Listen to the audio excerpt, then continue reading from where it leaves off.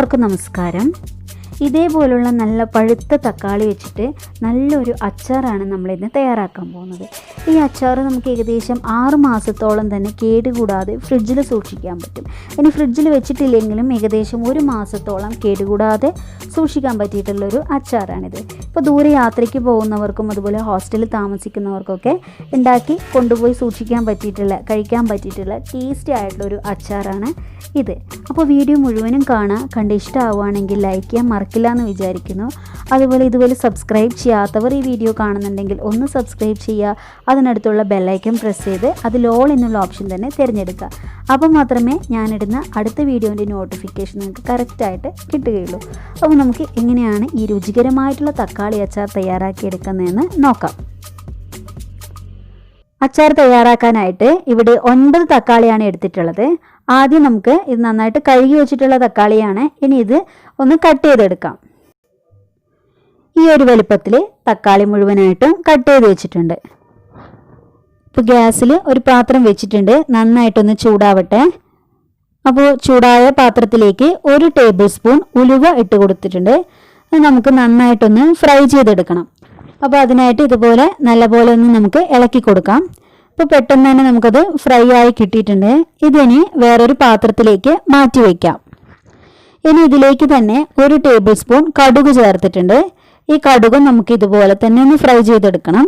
അതിനായിട്ട് ഇതുപോലെ നമുക്ക് ഒരു സ്പൂൺ വെച്ചിട്ട് നല്ലപോലെ ഇളക്കി കൊടുക്കാം. അപ്പോൾ അത് കടുക് നന്നായിട്ടൊന്ന് പൊട്ടിത്തീരുന്നത് വരെ നമുക്ക് വെയിറ്റ് ചെയ്യാം. അതിനുശേഷം നമുക്കിതും വേറൊരു പാത്രത്തിലേക്ക് മാറ്റാം. ഇപ്പോൾ കടുക് നന്നായിട്ട് തീർന്നിട്ടുണ്ട്. ഇനി ഇത് ഒരു പാത്രത്തിലേക്ക് മാറ്റി വയ്ക്കാം. ഇനി ഇതിലേക്ക് തന്നെ ഒരു 1/4 ടീസ്പൂൺ ജീരകം കൂടെ ചേർത്തിട്ടുണ്ട്. ആ ജീരകവും നമുക്ക് നന്നായിട്ടൊന്ന് ഫ്രൈ ചെയ്തെടുക്കാം. ഇത് നന്നായിട്ട് ഫ്രൈ ആയിട്ടുണ്ട്. ഇതും കൂടെ നമുക്ക് ആ ഒരു പാത്രത്തിലേക്ക് മാറ്റി വയ്ക്കാം. ഇനി ഇതിലേക്ക് ചേർത്ത് കൊടുത്തിട്ടുള്ളത് നല്ലെണ്ണയാണ്. ഇത്തിരി നല്ലെണ്ണ ചേർത്ത് ആ എണ്ണ ചൂടാവുമ്പോൾ അതിലേക്ക് ഈ തക്കാളി കൂടെ നമ്മൾ കട്ട് ചെയ്ത് വെച്ചിട്ടുള്ള തക്കാളി കൂടെ ചേർത്ത് കൊടുത്തിട്ടുണ്ട്. ഇനി ഇതിലേക്ക് നമുക്ക് ഇത്തിരി ഉപ്പ് കൂടെ ചേർത്ത് കൊടുക്കണം. ഇതിലേക്ക് നമ്മൾ കല്ലുപ്പ് ചേർത്ത് കൊടുക്കുന്നതാണ് കൂടുതൽ നല്ലത്. അതുകൊണ്ട് ഇതിലേക്ക് ആവശ്യമായിട്ടുള്ള ഉപ്പ് കൂടെ ചേർത്ത് കൊടുത്തിട്ടുണ്ട്. ഇനി ഇത് നമുക്ക് നന്നായിട്ടൊന്ന് ഇളക്കി കൊടുക്കാം. അപ്പോൾ ഇതിൽ ഈ തക്കാളിയിൽ നമ്മൾ വേറെ വെള്ളമൊന്നും ചേർത്തിട്ടില്ല. ഇത് തന്നെ നമ്മളിങ്ങനെ ഇളക്കി കൊടുക്കുമ്പോൾ ഇതിലേക്ക് വന്നിട്ടുള്ള വെള്ളമാണിത്. നന്നായിട്ടൊന്ന് കുറുകി വരുന്നത് വരെ, ഇതിൻ്റെ വെള്ളം മുഴുവനും വറ്റി വരുന്നത് വരെ നമ്മൾ ഇതുപോലെ നന്നായിട്ടൊന്ന് ഇളക്കി കൊടുക്കുക. തക്കാളിയുടെ കൂടെ ഒരു ചെറിയ നെല്ലിക്ക വലുപ്പത്തിൽ പുളി കൂടി ചേർത്തിട്ടുണ്ടായിരുന്നു. അത് ഷൂട്ട് ചെയ്യാൻ വേണ്ടി വിട്ടുപോയതാണ്. അപ്പോൾ തക്കാളി നിങ്ങൾക്ക് പുളി ഇല്ലാത്ത തക്കാളിയാണ് എടുത്തിട്ടുള്ളതെങ്കിൽ ഒരു വലിയ നെല്ലിക്ക വലുപ്പത്തിൽ തന്നെ പുളി ചേർത്ത് കൊടുക്കേണ്ടതാണ്. ഇതിപ്പോൾ നല്ല പുളിയുള്ള തക്കാളിയാണ്. അപ്പോൾ ഇതുപോലെ നന്നായിട്ട് കുറുകി അതിൻ്റെ വെള്ളമൊക്കെ പോയിട്ടുണ്ട്. വെള്ളമൊക്കെ നന്നായിട്ട് വറ്റിയിട്ടുണ്ട്.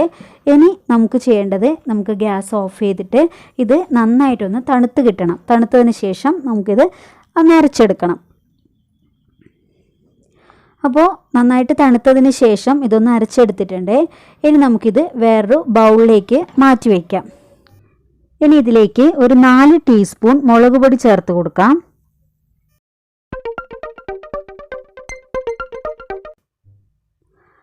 ഒരു 1/2 ടീസ്പൂൺ കാശ്മീരി ചില്ലി പൗഡർ ചേർക്കാം. അതൊരു നല്ല കളറിന് വേണ്ടിയിട്ടാണ് ചേർക്കുന്നത്.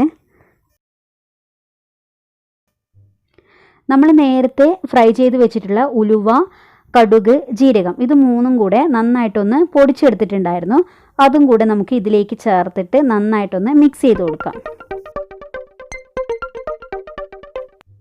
ഇനി ഇതിലേക്ക് ഇത്തിരി പെരിങ്കായത്തിൻ്റെ പൊടിയും കൂടെ ചേർത്ത് കൊടുത്തിട്ടുണ്ട്. നന്നായിട്ട് നമുക്കൊന്ന് മിക്സ് ചെയ്തെടുക്കാം. വീണ്ടും ഈ ഒരു പാത്രം ചൂടാവാൻ വെച്ചിട്ടുണ്ട്. ഇതിലേക്ക് നമുക്ക് നല്ലെണ്ണ ഒഴിച്ചു കൊടുക്കാം. അപ്പോൾ നല്ലെണ്ണ എന്ന് പറഞ്ഞാൽ നമ്മുടെ എള്ളെണ്ണ. അപ്പോൾ ഇതിൽ അളവൊന്നും നോക്കുന്നില്ല. അപ്പോൾ അച്ചാറെന്ന് പറയുമ്പോൾ നന്നായിട്ട് എണ്ണ വേണ്ടതാണ്. അതുകൊണ്ട് ഇതിലേക്ക് നല്ലെണ്ണ ഒഴിച്ചു കൊടുത്തിട്ടുണ്ട്. ഇനി ഇത്രയും എണ്ണ വേണ്ടാന്നുള്ളവർക്കാണെങ്കിൽ ഇതിൻ്റെ അളവ് കുറക്കാവുന്നതാണ്. ഇനി എണ്ണ നന്നായിട്ട് ചൂടായിട്ടുണ്ട്. അതിലേക്ക് കടുക് ഇട്ട് കൊടുത്തിട്ടുണ്ട്. അപ്പോൾ കടുക് പൊട്ടിയതിന് ശേഷം ഇതിലേക്ക് നേരത്തെ കട്ട് ചെയ്ത് വെച്ചിട്ടുണ്ട് വെളുത്തുള്ളി. ആ വെളുത്തുള്ളിയും കൂടെ ചേർത്തിട്ടൊന്ന് ഇളക്കി കൊടുക്കാം. ഇനി നമുക്ക് ഇതിലേക്ക് നല്ല ഫ്രഷ് കറിവേപ്പിലയുണ്ട്, അതും കൂടെ ഒന്ന് ചേർത്ത് കൊടുക്കാം. ഇനി ഇതിലേക്ക് നമ്മൾ ചേർക്കാൻ പോകുന്നത് ഇഞ്ചിയാണ്. ഇഞ്ചി പേസ്റ്റ് ആക്കി വെച്ചിട്ടുണ്ട്, അതുകൂടെ ചേർത്തിട്ടുണ്ട്. ഇത്തിരി ഇഞ്ചി ഏകദേശം ഒരു ടേബിൾ സ്പൂണോളം വരും, അതുകൂടെ ചേർത്തിട്ടുണ്ട്. ഇനി നമുക്കൊന്ന് ഇളക്കി കൊടുക്കാം. ഇനി നമ്മൾ ഇതിലേക്ക് ഒരു 2 വറ്റൽമുളകും കൂടെ ഇതിലേക്ക് ചേർത്തിട്ടുണ്ട്. നന്നായിട്ട് നമുക്കൊന്ന് ഇളക്കി കൊടുക്കാം.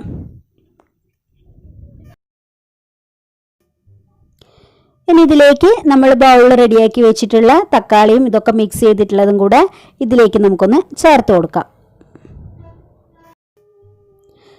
ഇനി നമുക്ക് ഗ്യാസ് ഒന്ന് ലോ ഫ്ലെയിമിലേക്ക് മാറ്റിയിട്ട് നന്നായിട്ട് മിക്സ് ചെയ്ത് കൊടുക്കാം. എണ്ണ കുറവാണെന്ന് തോന്നുകയാണെങ്കിൽ ഇത്തിരി കൂടി എണ്ണ ഈ ഒരു ടൈമിൽ നമുക്ക് ഒഴിച്ചു കൊടുക്കാവുന്നതാണ്. എപ്പോഴും നല്ലെണ്ണ തന്നെ ഉപയോഗിക്കാൻ വേണ്ടി നോക്കുക, അതാണ് നമ്മുടെ അച്ചാറിൻ്റെ ടേസ്റ്റ്.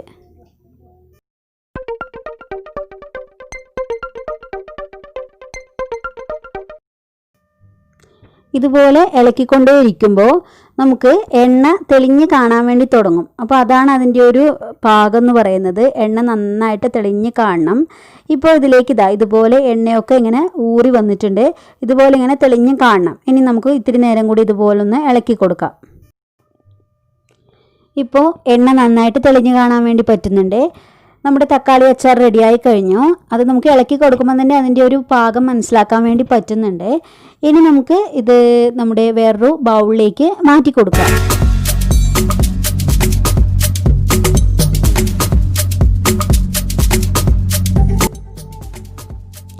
ഈ അച്ചാർ ഇത്തിരി ഉണ്ടായാൽ മതി നമുക്ക് ഊണ് കഴിക്കാൻ. അപ്പോൾ എല്ലാവരും ഉണ്ടാക്കി നോക്കുമല്ലോ. Thank you.